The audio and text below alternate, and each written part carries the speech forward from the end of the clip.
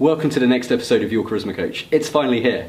Today have I got a treat in store for you. We're joined by the greatest hypnotist of his generation, Igor Ledochowski, who's agreed to come on and share some of his secrets in hypnosis and how we can apply those to meeting and connecting with people much better than we're already doing. So Igor, you have an absolute treasure trove of knowledge in your mind. Is there any good tips that you can share with us that would allow us to meet and connect with people in any manner of place?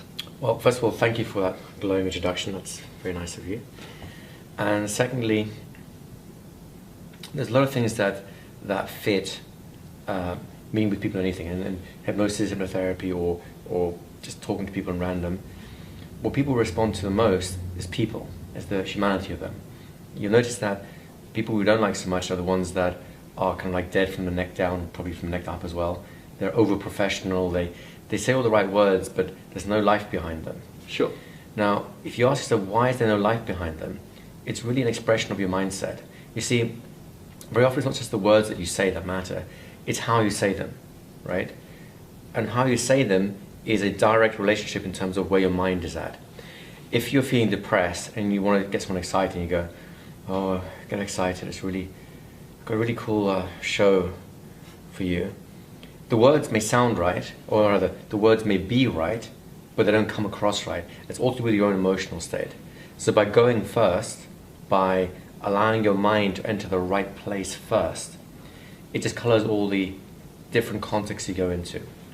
So how does this apply in terms of meeting people you don't know, or generating that atmosphere, that emotion in the first place?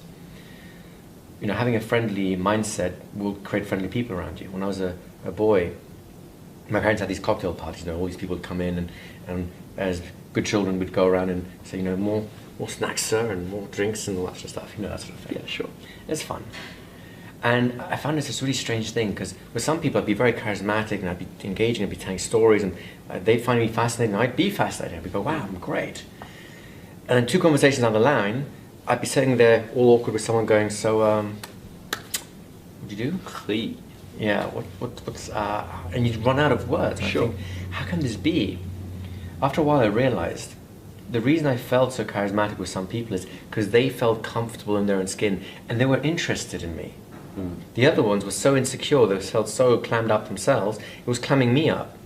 So if you, as a rule, can discipline your mind, and discipline is not quite the right word, can just practice or rehearse feeling the ways you would like to have people feel about you, then they'll feel like that around you and tend to attach it to you. Does that make sense? That makes perfect sense. So is there a technique we can use to get ourselves into that constructive headspace? Sure, absolutely.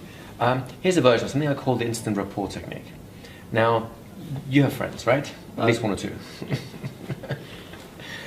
And if you think about someone who's a really good friend of yours, not anyone you've had in a romantic relationship, because that adds things you don't necessarily want to have here.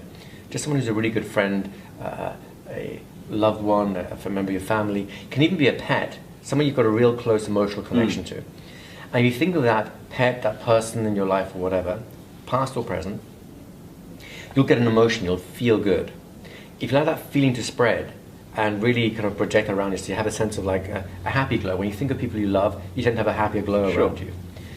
As long as you can maintain that happy glow, you can let go of the memory and still have that happy glow. Now when you meet someone for the first time and you have that happy glow, they'll notice that. But because that glow of emotion comes from experiences of friendship, you're now sending out unconsciously friendship signals. So you're almost saying, go first. I'm saying exactly that, go first. I'll give an example of this. It actually happened to me years ago. I was at a hypnosis seminar, and there's a little old lady at the hypnosis seminar who for some reason just reminded me of my grandmother. It clearly wasn't my grandmother, I checked. What are you doing here, Gran? Yeah, exactly. And I didn't know her from anyone. I'd never seen her before in my life. I knew that too. But just something about her, there's something that just reminds me. Yeah. I couldn't shake this feeling that she reminded me of my grandmother. And I didn't really talk to her for the first few days. But every time I kind of catch a glimpse of her, I go, oh no, of course, I'm somewhere else now. And the interesting thing happened. Around about day 2 or day 3, she comes up to me during one of the breaks and says, do we know each other? I said, I'm sure we don't. No, did you go to this seminar? No. Did you go to here? No. Do you know these people? No. Have you been here? No. She goes through I don't know, 20 minutes, half an hour through a list of pretty much everything she's done in her entire life, everywhere she's been, everyone he's met, because she was so convinced she knew me. And at the time it seemed bizarre to me, but looking back on it now, my sense of knowing her were clearly sending her signals that I know you. But of course, my social politeness is trying to avoid, to make eye contact, I don't really know you, and so on. So she's left with this really strange thing of, I must know him from somewhere, but he hasn't addressed me directly, so we haven't met him before.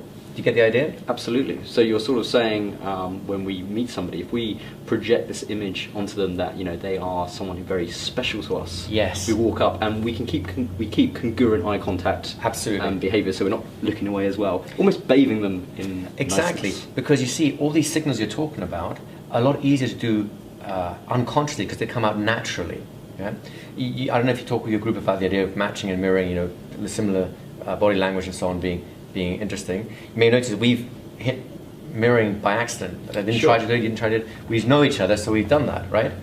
Now, the problem with matching and mirroring the way most people do it is they do this. Okay? And then you move, and I'll move, and you'll do something, and I'll do something, and then we become like little wooden marionettes, and eventually, well, pretty much within the first few seconds, you feel like I'm taking the mickey. And if you don't lean across in the room and try and slap me for being rude, then you're being a lot more controlled than most people would be. So you're just out of reach. Exactly. Safety chest. Exactly. So matching and mirroring is designed to be unconscious. That's how we're born as almost people. like a byproduct. It's exactly right. It is a side effect. And of course the unconscious mind responds to it. But we as conscious beings can't mimic it. We can start mimicking it, and once we get good at it, we can let go of it, it becomes unconscious again. Which basically means the only time it works is when it's not conscious. So instead of going through all that effort of trying to learn it consciously and then losing track of it again so it can happen naturally, why not create the conditions for it to happen automatically? That's what the instant rapport technique is about.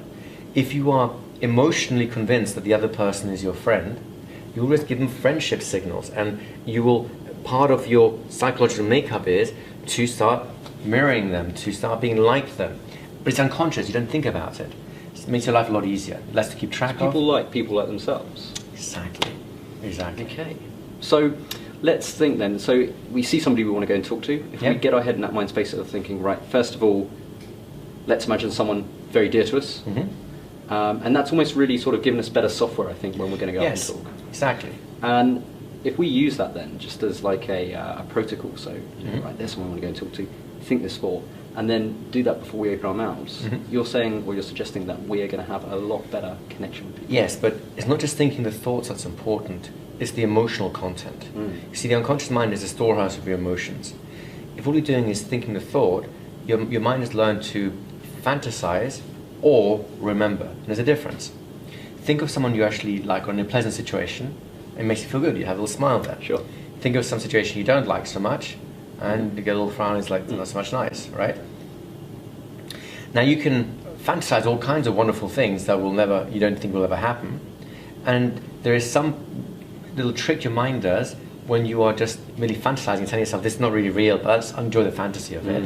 Then your mind, the unconscious goes, well, we'll only have a mild response here. So if you just think of someone you like, but don't feel it, well then the emotion's not going to be there. Well, of course, clearly it's not there. If the emotion's not there, you haven't fully engaged the unconscious mind. So this is not a magic trick. This is not like visualize a person, project them onto the other person. Now I'm maintaining my visual memory of the other person on top of you, and therefore will automatically start, you see the intense strain and concentration on my face?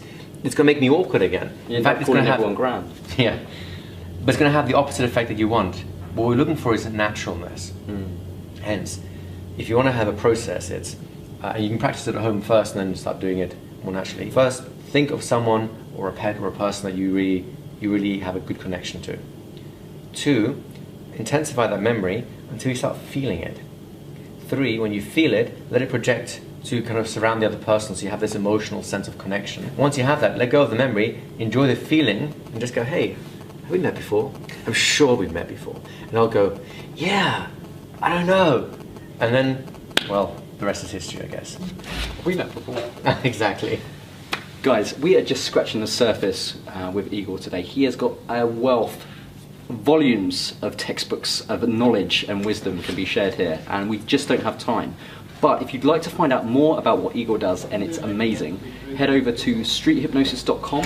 And is there any other places? That's the main one. If you want to learn more about where this technique came from, the instant rapport technique, that's part of our Power of Conversational Hypnosis course, and that's conversational-hypnosis.com. I'm sure you can throw up a link or something. No worries. Thanks so much. Thanks for joining us. Thank you, Igor, as well. Absolute pleasure. And I'll see you on the next episode of Your Charisma Coach. Well, that was a fantastic interview with Igor, and I really want to encourage you to try out his instant rapport technique. I can tell you from first-hand experience that it is incredibly powerful, and it will help you connect with people quickly. You can also get your hands on lots more great techniques that help you develop your rapport skills by downloading my free ebook, How to Talk to Anybody Without Fear of Rejection. All you have to do is head over to my website at yourcharismacoach.com, enter your details, and you'll be able to download the book. See you there.